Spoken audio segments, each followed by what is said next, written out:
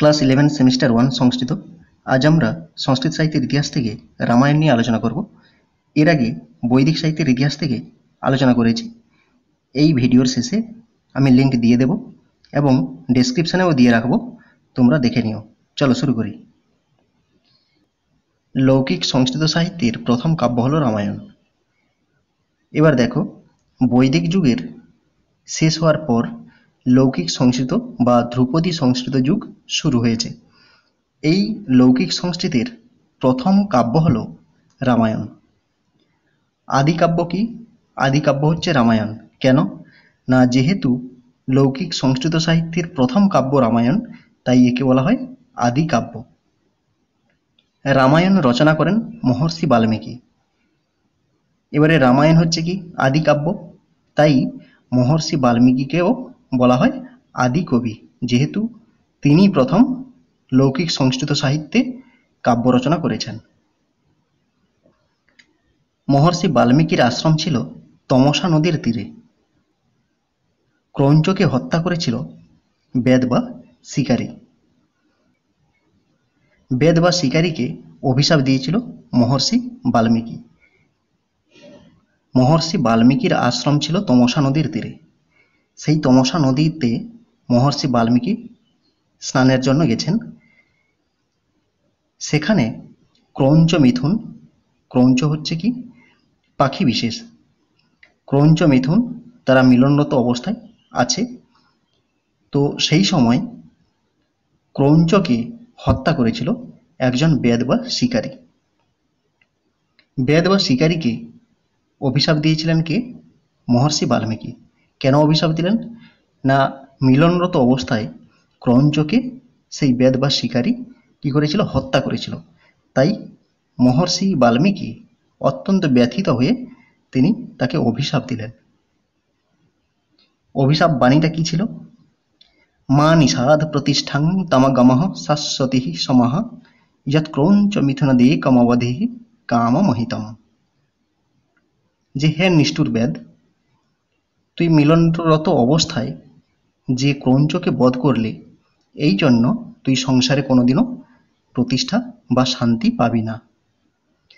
এই অভিশাপ বাণীটা বেদকে দিলেন। শোক থেকে শ্লোকের উৎপত্তি। এবার শোক মানে কি? দুঃখ। এই যে বাল্মীকি অত্যন্ত দুঃখিত হয়েছিলেন ক্রৌঞ্চ হত্যাতে, এই জন্য তার হৃদয়ে অত্যন্ত গভীর শোক উৎপন্ন হয়েছিল। সেই শোক থেকে তিনি এই অভিশাপ বাণীটা দিয়েছিলেন। তো এই অভিশাপ বাণীটা একটা সাধারণ বাণী বা সাধারণ বাক্য নয়। এটা কিরকম ছিল? এটা ছিল অনুষ্টুপ ছন্দে রচিত। তাই ব্রহ্মা কি বললেন? পাদবদ্ধ অক্ষর সমস্তং ত্রিলয়ঃ সমন্বিতঃ শোকার্তস্য প্রবৃত্তমে শ্লোক ভবতু নান্যথা। এই তুমি যে বাক্যটা বা বাণীটা বললে, অভিশাপ বাণীটা, সেই অভিশাপ বাণীটা হচ্ছে কি একটা ছন্দ বিশেষে আবদ্ধ। শোকার্তস্য প্রবৃত্তমে শ্লোক ভবতু নান্যথা। যেহেতু তোমার শোক থেকে এই বাণীটা উৎপন্ন হয়েছে, তাই একে বলা হবে আজ থেকে শ্লোক। শোক থেকে উৎপন্ন বলে এর নাম দেওয়া হলো শ্লোক। মহর্ষি বাল্মীকি ব্রহ্মার নির্দেশে রামায়ণ রচনা করলেন। তাহলে বাল্মীকিকে রামায়ণ রচনার নির্দেশ কে দিয়েছিলেন? ব্রহ্মা দিয়েছিলেন। ব্রহ্মার আশীর্বাদ বাণীটা কি ছিল?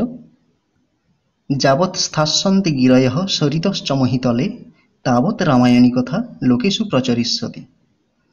যে তুমি যে রামায়ণ কাব্য রচনা করবে, সেই রামায়ণ কাব্যটা কিরকম হবে? যতদিন এই ধরাতলে পর্বত ও নদী থাকবে, ততদিন লোকমুখে এই রামায়ণ গাথা প্রচারিত হবে। মহর্ষি বাল্মীকিকে রাম কাহিনী শুনিয়েছিলেন কে? মহর্ষি নারদ। মহর্ষি বাল্মীকি অনুষ্টুপ ছন্দে রামায়ণ রচনা করলেন। রামায়ণের 7টা কাণ্ড আছে। সেই 7টা কাণ্ড কি কি? আদিকাণ্ড বা বালকাণ্ড, অযোধ্যাকাণ্ড, অরণ্যকাণ্ড, কিষ্কিন্ধাকাণ্ড, সুন্দরকাণ্ড, যুদ্ধকাণ্ড ও উত্তরকাণ্ড। রামায়ণের দুটি কাণ্ড হল প্রক্ষিপ্ত কাণ্ড। রামায়ণের দুটো কাণ্ড হচ্ছে প্রক্ষিপ্ত কাণ্ড। প্রক্ষিপ্ত কি? প্রক্ষিপ্ত হচ্ছে পরবর্তীকালে সংযোজিত অংশ। পণ্ডিতরা মনে করেন যে রামায়ণে 7টা কাণ্ডের মধ্যে দুটো কাণ্ড পরবর্তীকালে রচনা করা হয়েছে, অর্থাৎ বাল্মীকির রচনা নয়।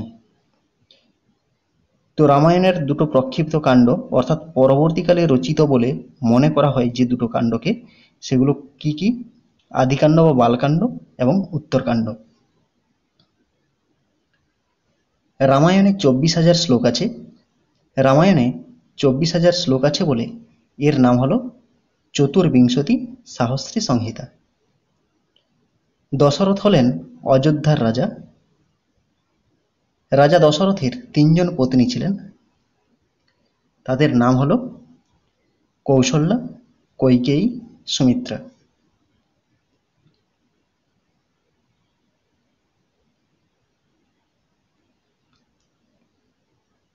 কৌশল্যার পুত্র রামচন্দ্র এবং এক কন্যা ছিল, তার নাম হচ্ছে শান্তা।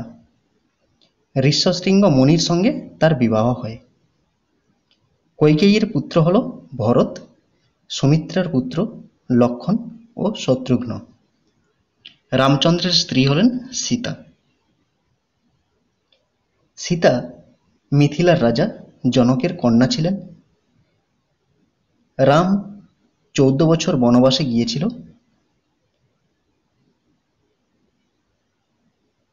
রামের সঙ্গে বনবাসে গিয়েছিলেন সীতা ও লক্ষণ।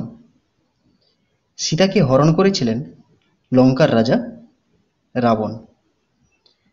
সীতাকে হরণের সময় জটায়ু বাধা দিয়েছিল। এগুলো খুব গুরুত্বপূর্ণ তথ্য।